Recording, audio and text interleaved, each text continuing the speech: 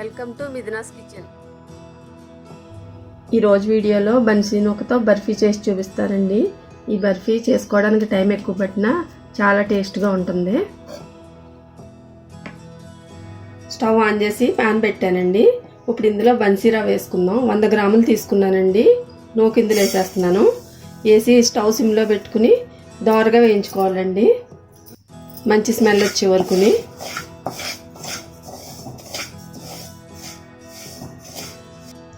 Stove సిమ్లో పెట్టి ఆపడం వల్ల ఇది ఏగడానికి మనకి 10 నిమిషాలు పడుతుందండి టైము. వేగిపోయిందండి. ఇప్పుడు స్టవ్ ఆఫ్ చేసుకుని ఓ ప్లేట్లోకి తీసేసుకోవాలి.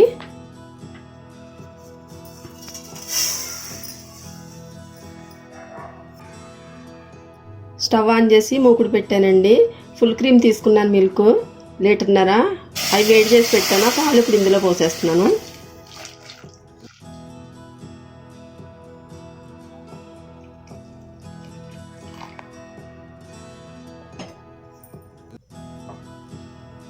ఇది కొంచెము పొంగు రానివ్వాలండి.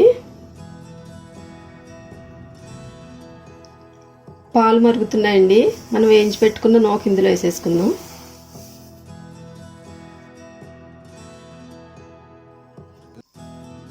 ఇలా కలుపుతూ ఉండాలండి, అడుగంటకుండా. నూక కొంచెం మెత్తగా అయ్యే వరకుని.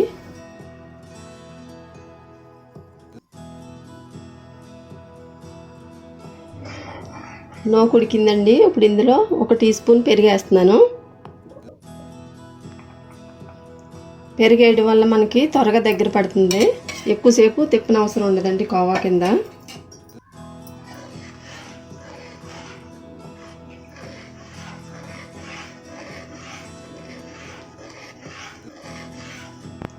ఈ స్వీట్లో మనకి 100 గ్రాములు నెయ్యి వరకు పడుతుందండి. నేను 100 గ్రాములు తీసుకున్నాను. కొంచెం కొంచెం వేసుకుంటూ కలుపుకుంటూ ఉండాలి.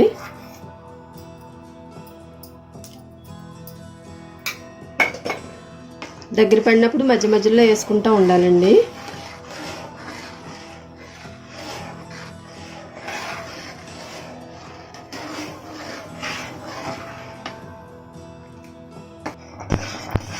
దగ్గర పడుతుందండి. ఇంకొంచెం దగ్గర పడ్డాక అప్పుడు పంచదార వేసుకుందాం. ఇలా ఉడికిందండి, కోవాలా దగ్గర పడింది. ఇప్పుడు ఇందులో పంచదార వేసుకుందాం. 200 గ్రాములు వేస్తున్నానండి పంచదార.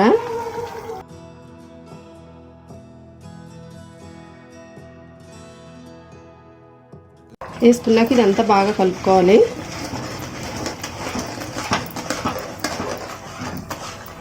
ఇప్పుడు ఇందులో మళ్ళీ కొంచెం నెయ్యి వేసుకుందాం అండి.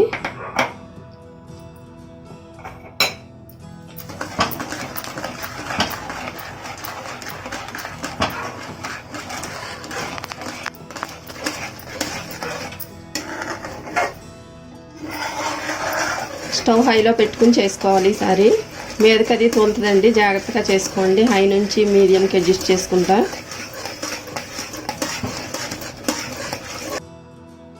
ఉడుకుతూ ఉంటుందండి అది. 2 టేబుల్ స్పూన్లు కోకో పౌడర్ వేస్తున్నాను.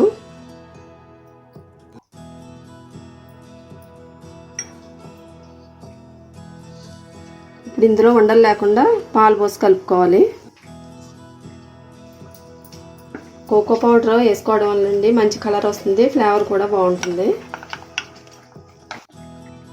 ఇలా ఉండలు లేకుండా కలుపుకోవాలి. ఇప్పుడు ఇందులో కోకో పౌడర్ వేసుకుందాం అండి. కలిపి పెట్టుకున్నది. పొడిది అయితే వేసుకోకూడదు.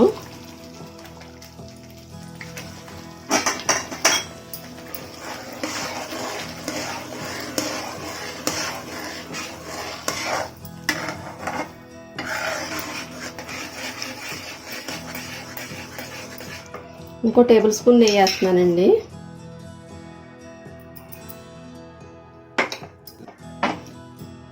డ్రై ఫ్రూట్స్ మీ దగ్గర ఏంటో వేసుకోవచ్చు. నేను బాదము, జీడిపప్పు వేస్తున్నాను. చిన్న ముక్కలుగా కట్ చేసి సగం వేస్తున్నాను. మిగిలింది పైన గార్నిషింగ్ ఉంచుకుందాం.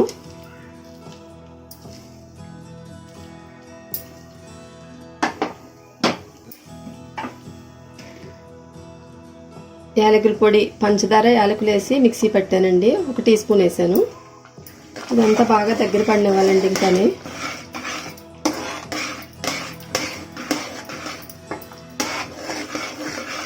కొంచెం టైం ఎక్కువ పెట్టినా టేస్ట్ అయితే చాలా బాగుంటుంది. స్టవ్ హైలో పెట్టుకుని ఉడికించుకోవాలండి.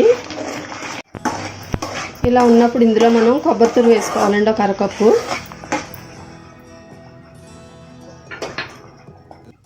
అరకప్పు ఉంది, ఇది వేస్తున్నాను.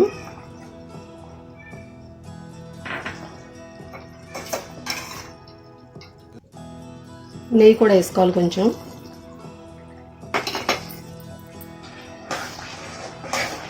ఇదంతా బాగా దగ్గరగా అయ్యే వరకు ఉడికించాలండి. ఇంకా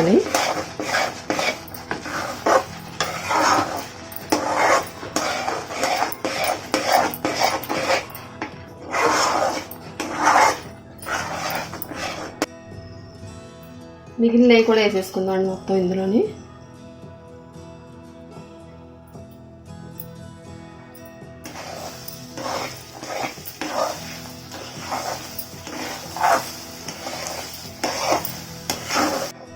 రెడీ అయిపోయిందండి. ఇప్పుడు స్టవ్ ఆఫ్ వేసుకుందాం.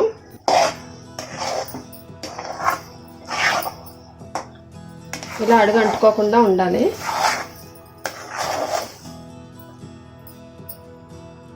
ఇలా చేయి పెడితే చేతికి జిగురుగా అంటుకోకుండా ఉండాలండి.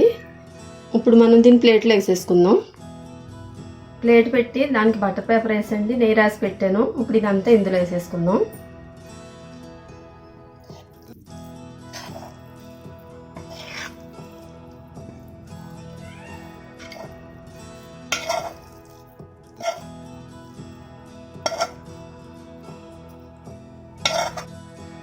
దీన్ని మొత్తం అంతా ఇలా అనుకోవాలండి సమానంగా.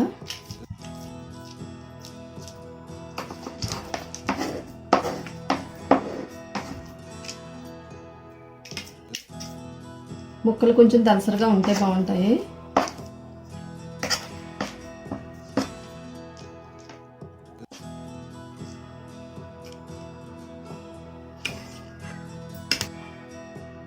మిగిలిన డ్రై ఫ్రూట్స్ వేసేస్తున్నానండి. దీని మీద సగం వేసాను ఉడికేటప్పుడు, మిగిలిన అంతా పైన వేసుకుంటే బాగుంటుంది.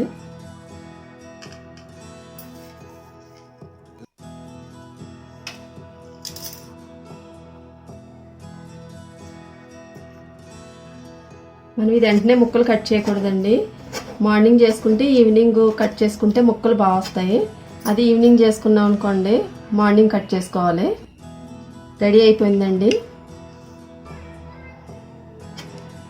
ఇప్పుడు ఇది నేను నైట్ చేశానండి, రేపు మార్నింగ్ కట్ చేస్తాను ముక్కలు. అలా కట్ చేయడం వల్ల పీసులు అందంగా వస్తాయి మనకి. చల్లారిందండి, ఇప్పుడు ముక్కలు కట్ చేసుకుందాం.